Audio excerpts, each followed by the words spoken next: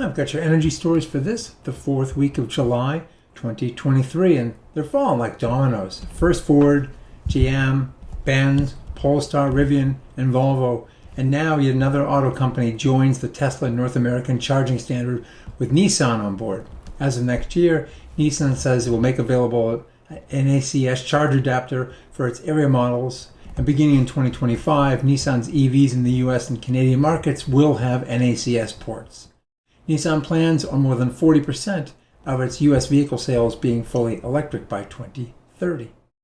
Well, energy storage company Energy Dome just raised another $60 million on top of the $44 million they just raised in April. The company's technology stores energy in pressurized liquefied CO2 in large dome structures. When the gas is decompressed, it spins a turbine. Its 2.5 megawatt, 4 megawatt hour demonstration project in Sardinia last year worked well enough to convince Italian utility A2A to commit to a 20 megawatt plant with 10 hours of duration, with a planned commissioning date of next year. Also in storage, liquid metal battery company Ambry has been working on its technology for over a decade and has finally signed an agreement with the utility provider XL Energy to test its product. The two will put a 300 kilowatt hour system through a 12-month trial in Aurora, Colorado. Ambry's batteries don't use lithium. Instead, they rely on a mixture of calcium alloy and antimony, separated by a molten salt. The tech is said to have a 20-year operating lifetime. Sustainable aviation fuel startup company 12 just broke ground at its new facility in Moses Lake, Washington, expected to be operational by 2024. 12 uses electricity to make synthetic fuel out of water and waste CO2 emissions to replace kerosene jet fuel, reducing greenhouse gas emissions by up to 90%. The company plans on initial volumes of 40,000 gallons per year and then a rapid ramp-up after that. Current buyers include Alaska Airlines, Microsoft, and Shopify. The U.S. will conduct the first offshore wind power auction in the Gulf of Mexico next month, with one lease area of 102,000 acres off Lake Charles, Louisiana, and two additional locations totaling nearly 200,000 acres off Galveston, Texas. NV Energy will soon submit a $1.8 billion plan to regulators to transition its 500 megawatt North Valmy coal-fired plant to natural gas, while installing a utility-owned 400 megawatt solar farm and 400 megawatts of battery storage. The duration was not specified.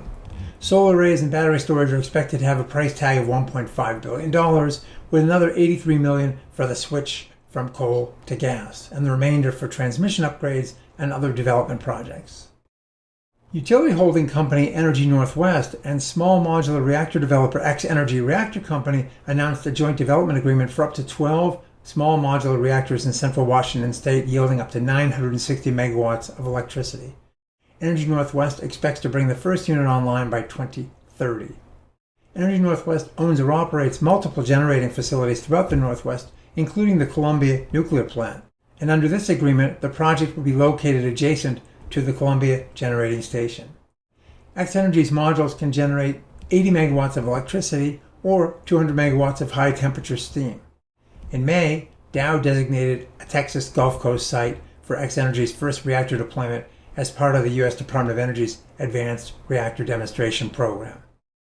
And finally, advanced geothermal company Fervo Energy announced a commercial milestone that demonstrates the viability of its drilling technology. Its full-scale commercial pilot in northern Nevada involved laterally drilling 3,250 feet in a horizontal double well system, with a water injection well tied to a production well within a high-temperature hard rock geothermal formation. During a 30-day test, Fervo accessed downhole temperatures of up to 376 degrees Fahrenheit and flowed 63 liters of water per second.